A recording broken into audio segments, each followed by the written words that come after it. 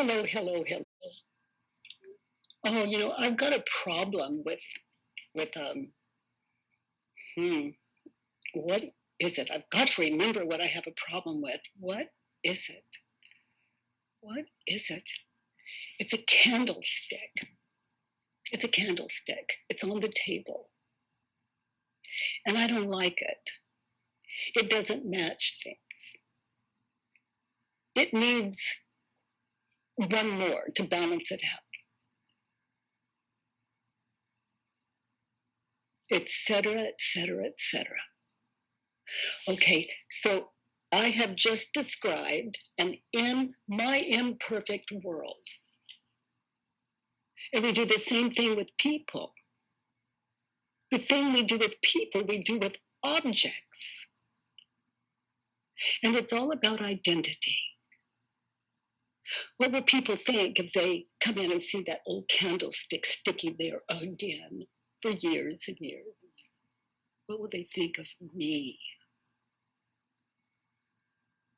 What will they tell other people about me? What is happening to my identity? A candlestick? Really? Well, that's how the ego plays. There's a perfect world. This is a perfect world. If you could see it as it is, and you do, you see it as it is without judgment.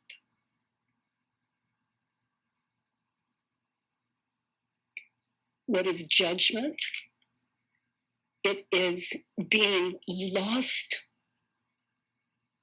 in the imagined past and future going on in your head. That is false identity. I see me in the past when I saw this perfect candlestick and I'm comparing, that's the ego just, and then, a candlestick? And I see the future and what you're going to tell people about me and how tacky my home is. What will happen to, that's not the identity I want to hold, so I'm going to fake it. In other words, I'm going to wear a mask. What is the mask I'm wearing? Past, future, past, future. Just looking at a candlestick, that's, I could have somehow chosen a different object to model. But notice how you do it with everything. This is beautiful. This is not. Without comparison, isn't everything beautiful? Why don't you live in a perfect world? Why don't you live in a perfect world?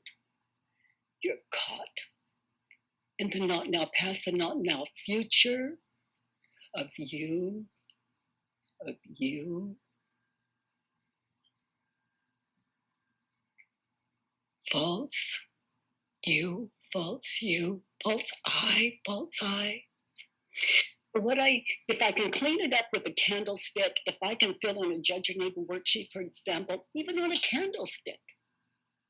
Some of you want to do the big thing on that judge your neighbor worksheet, but even on a candlestick, or whatever the object is that you notice yourself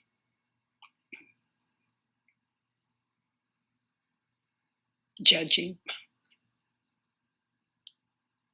Because what you're thinking and believing about this perfect object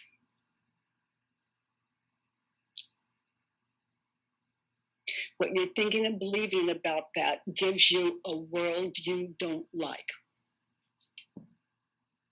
Oh, my dears. Oh, my goodness. From here it seems so simple until I'm caught up in. That's a worksheet. It's a practice. Those of you new to the work, this is kind of at first something you just kind of maybe judge and hang in. And what we do here is we identify what we're thinking and believing, which is the cause of all suffering and discontent. Everything on a scale from 1 to infinity.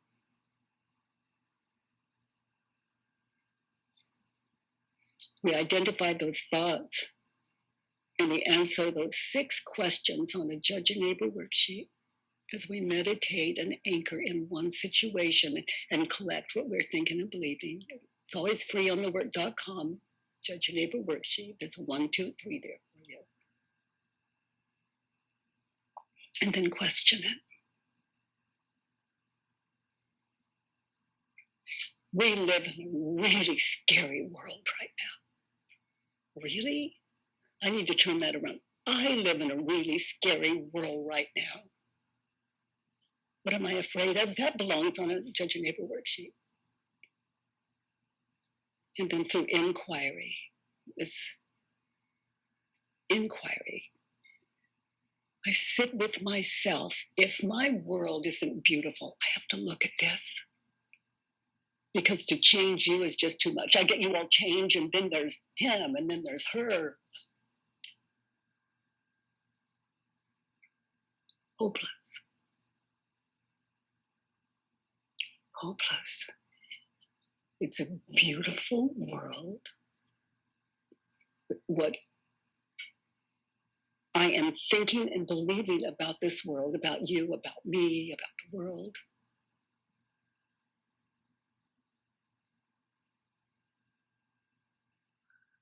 that could use a little work.